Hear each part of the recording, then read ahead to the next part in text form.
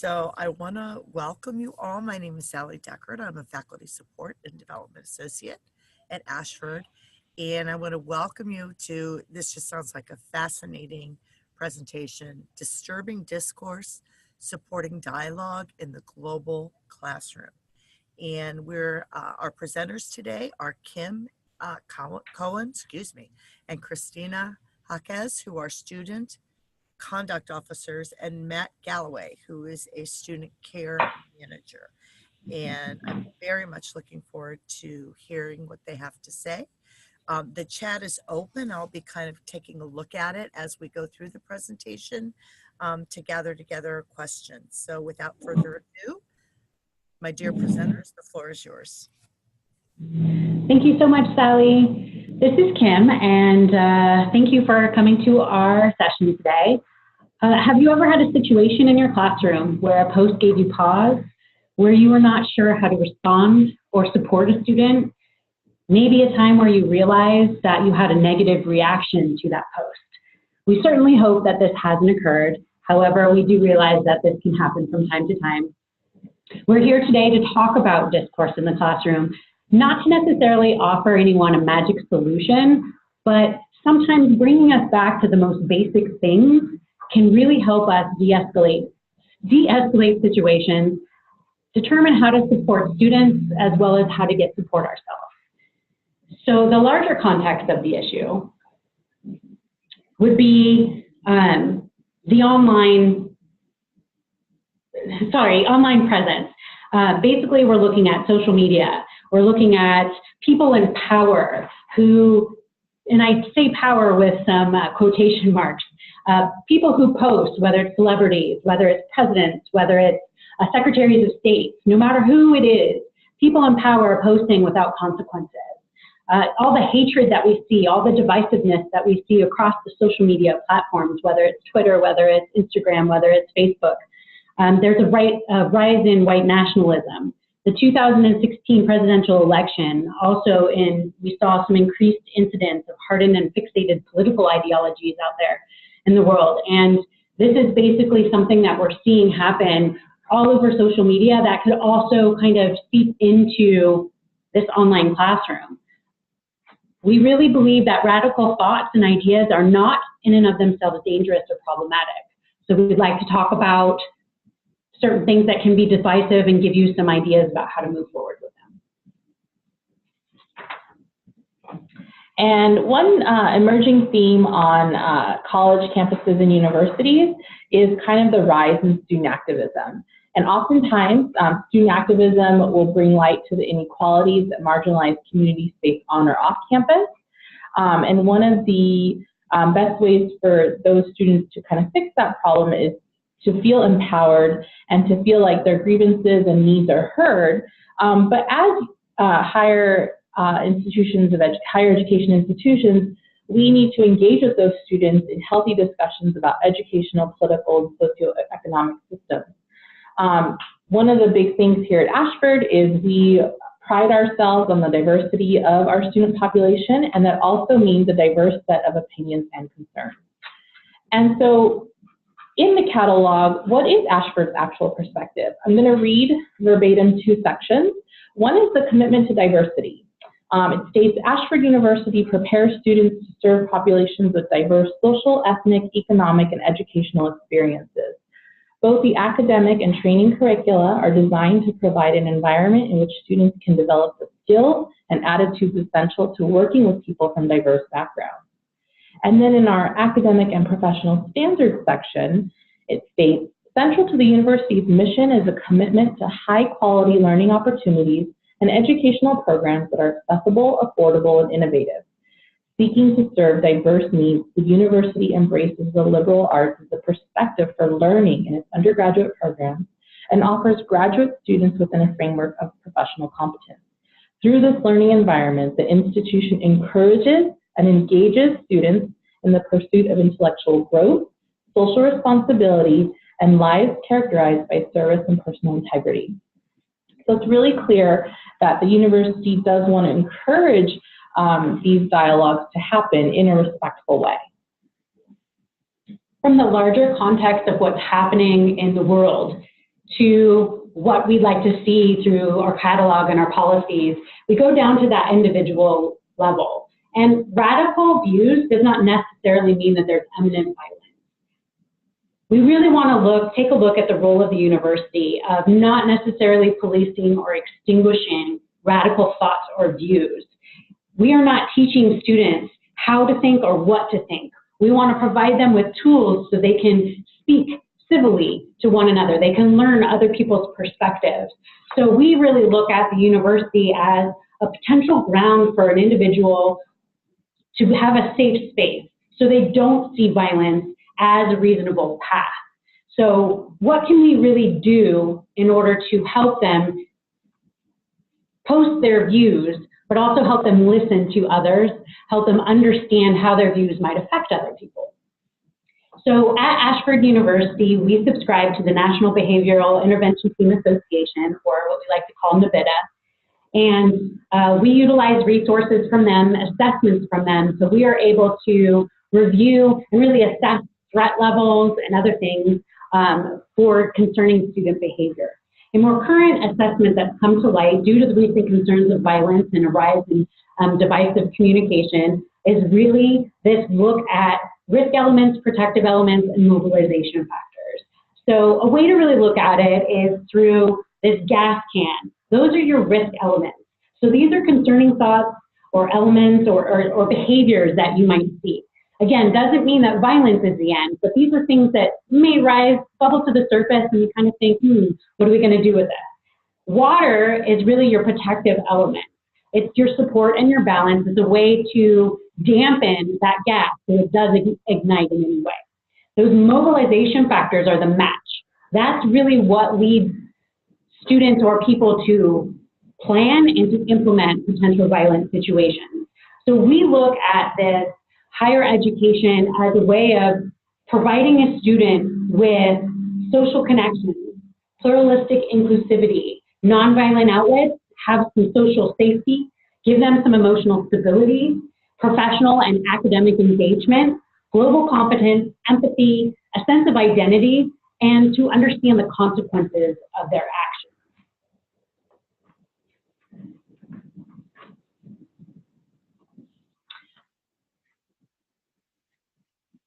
So this is a trigger word.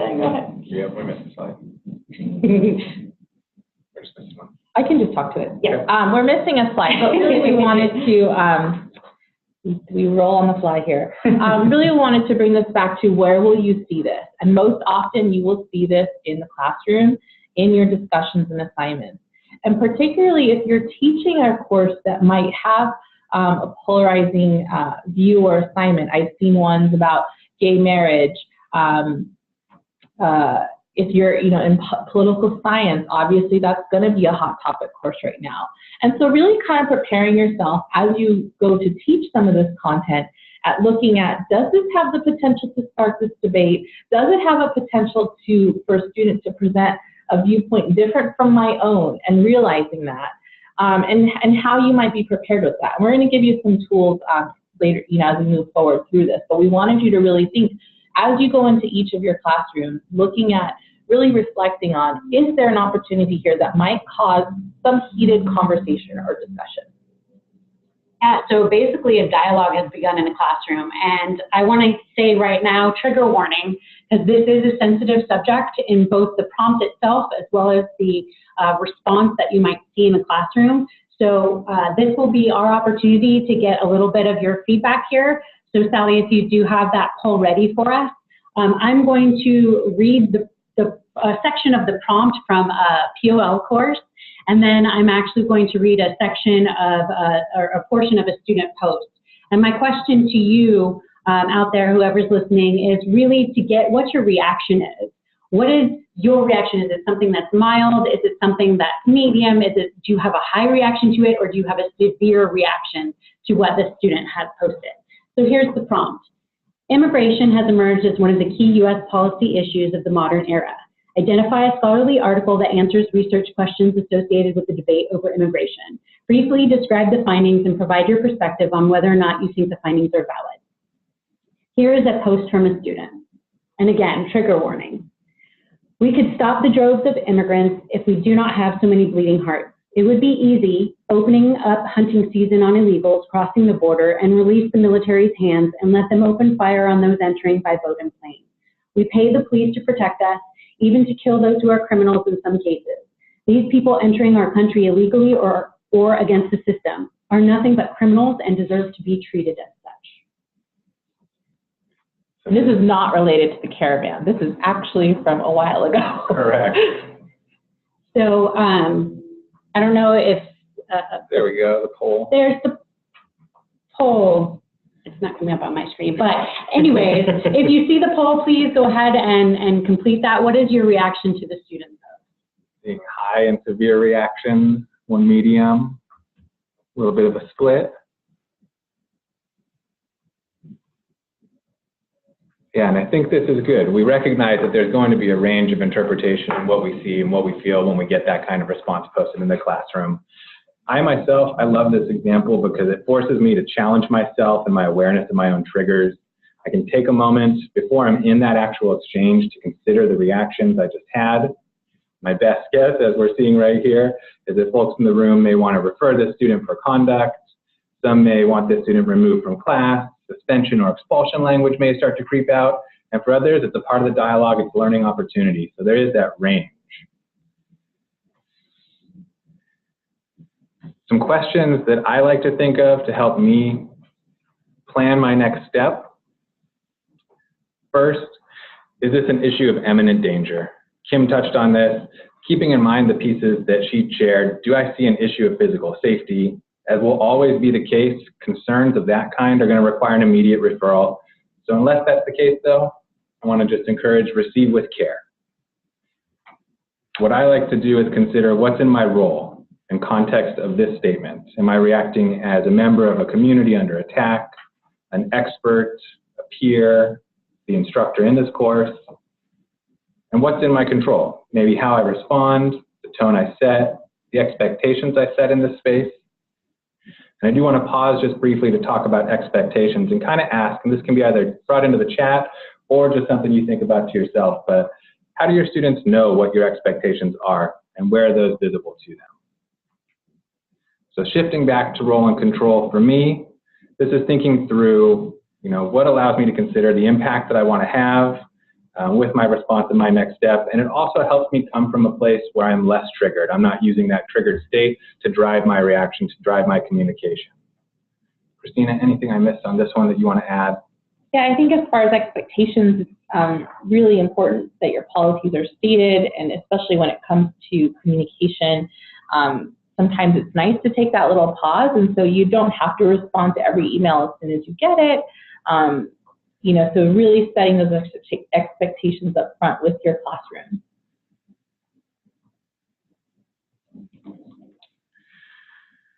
So some additional factors to consider as you review the response that has you concerned are, who is this person? Some of the things that might be in play is their disability impacts. And this doesn't excuse behaviors or statements, but it helps us make sense of what we're hearing, how we might be able to connect with this person or connect them to resources if it's appropriate. What personal experiences has this student shared? If they talked about anything that's contributing to their point of view. Finding a way to understand and form a relationship with the individual can prove more effective than appearing to take a side. That increased sense of responsibility and activism that Christina talked about, there's a lot of information moving around, and many of us feel that obligation to stand up for our community. So how can this be used to further dialogue rather than divide? Another piece in understanding this person is, maybe are they feeling heard or silenced? In my experience, one of the biggest triggers is when someone feels that they're being silenced. It prompts that seeing red, I don't care what I'm going to say, I'm going to get a reaction, I'm going to regain control of this conversation. Put someone else off edge in order to get them back in that position. And what are you hearing? Is what you're hearing and what you're receiving what you believe was the intended impact of that statement? And engaging with that student, really letting them know you've heard or in essence read what they've said, and challenging them a little bit to back that up, encouraging them back to the resources of the university. Are you using academic research?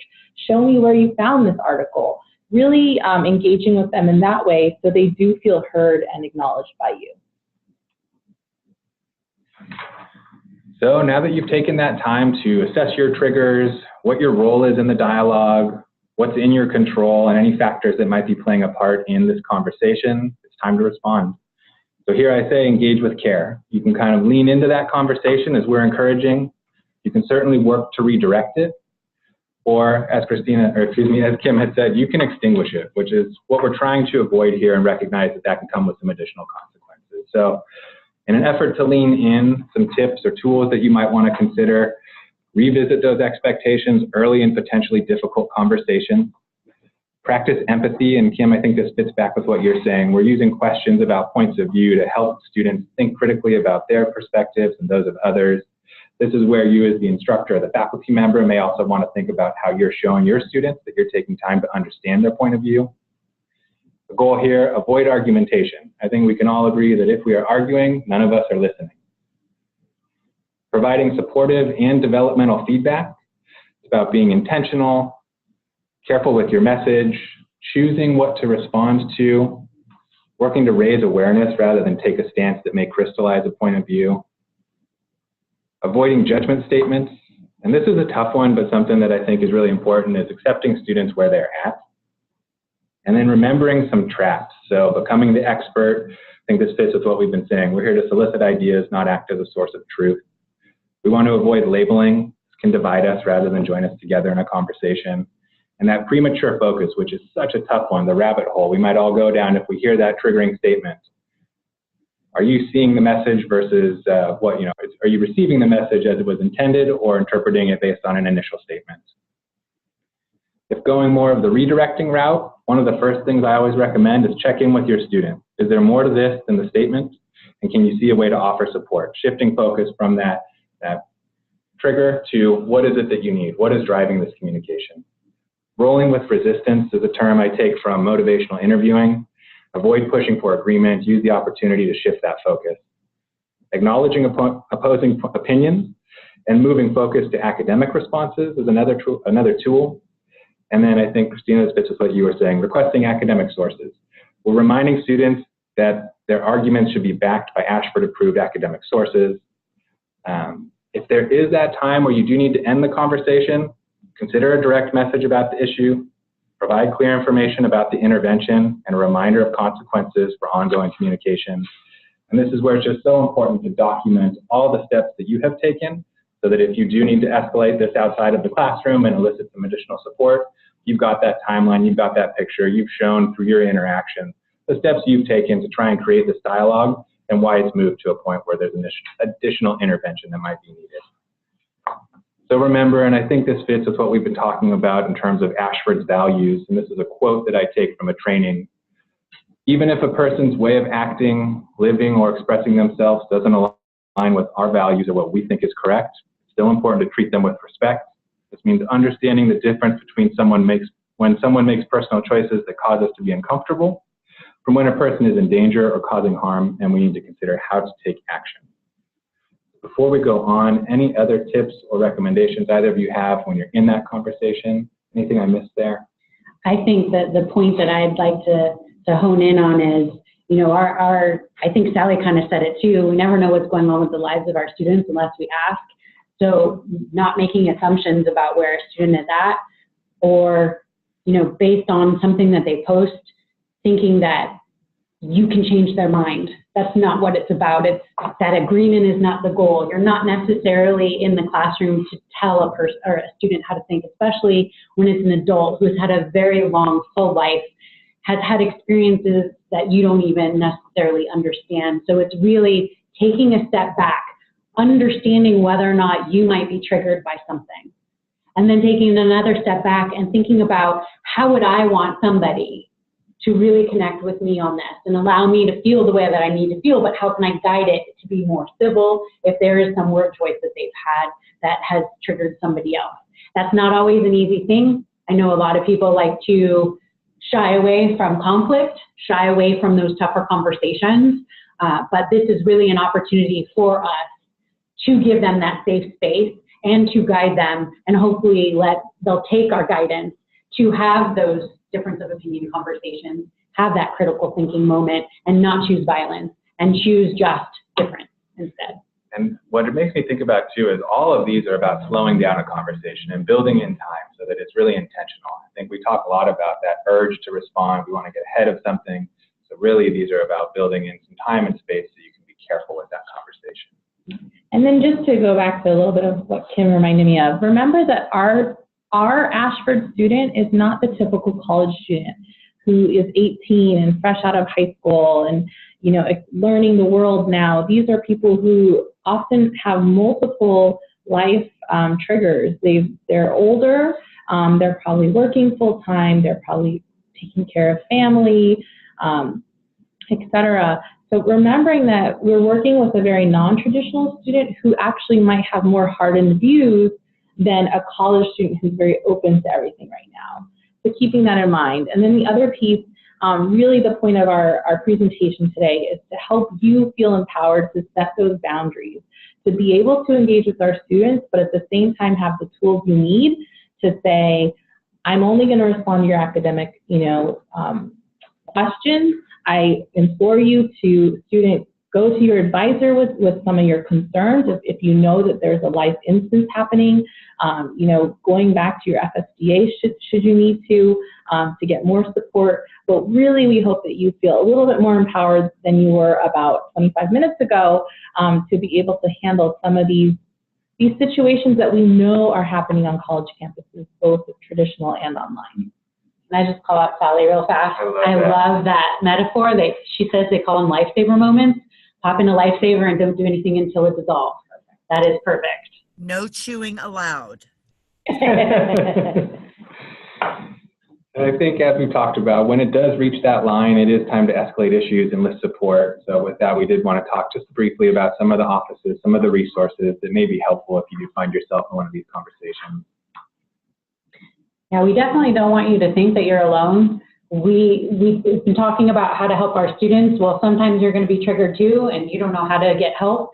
So Matt created this pretty fantastic video. This is our CEDL page for the Office of Student Conduct and Community Standards. We have, there's our pictures. And then we have some other links where you can, the CEDL created this, addressing student communication concerns. It's really kind of that lifesaver moment. I'm far behind you, I think.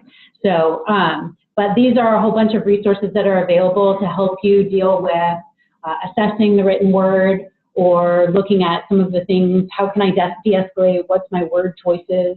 Those kind of things. The de-escalation resource guide. Who do I go to? Is it dispute? Is it help? Is it access and wellness? Is it conduct? Is it the behavioral intervention team? So all of these things are available to you. Should you need them, because we want to make sure you as faculty and staff are supported as well and get the care that you need, because you have perspectives and life experiences and those kind of things, and we want to make sure that this is a safe space for you as well. Mm-hmm. And one point I always like to make when we're talking about referrals is, don't worry if you're not sure where to send it. Use your best guess based on the information we're talking about, based on the resource that's guiding you. But ultimately, when you send a referral out and you're seeking some support or escalating a concern for a student's well-being or the community's well-being, we're going to make sure that gets to the right folks. And oftentimes, and I think this job aid highlights this well, it's multiple areas, it's multiple resources.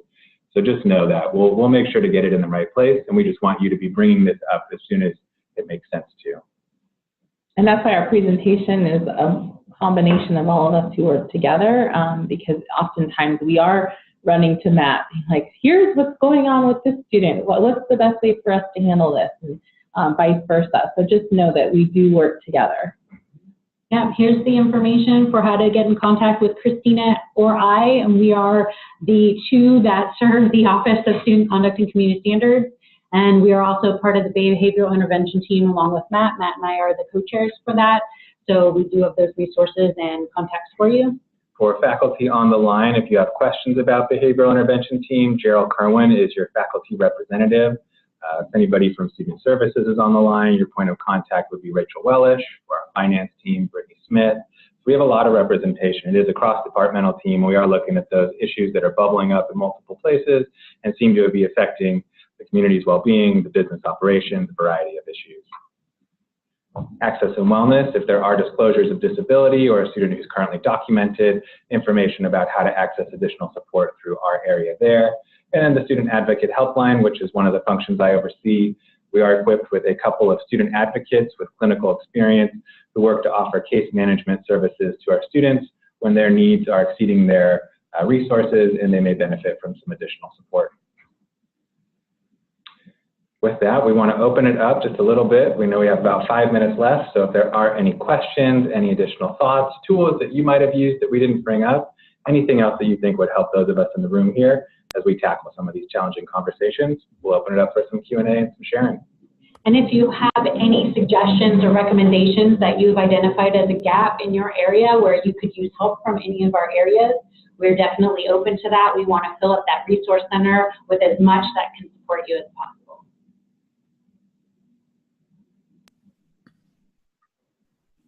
CT, you're very, very right that it is timely. When we came up with this, as soon as we read the example today, I was like, it's not related to the caravan, but you see how my immigration issue keeps popping up, especially if it is a hot topic in your classroom discussion. Mm-hmm. Yeah, I think back to a lot of the prompts that used to be in, what was it, Psych 202 or some of the courses, just different courses kind of bring about some of this conversation, be it issues of self or impact to the community, so they're out there. And I just want to say that given these, you never know what might trigger somebody, doing your best to de-escalate a situation may not always work, and we understand that. Unless you're going after a student or a staff member, you know, in a very aggressive manner, we're really seeing if you're trying. If you're trying to de-escalate, if you're really trying to meet the student where they're at, we can see that, and that is information that's investigated or gathered.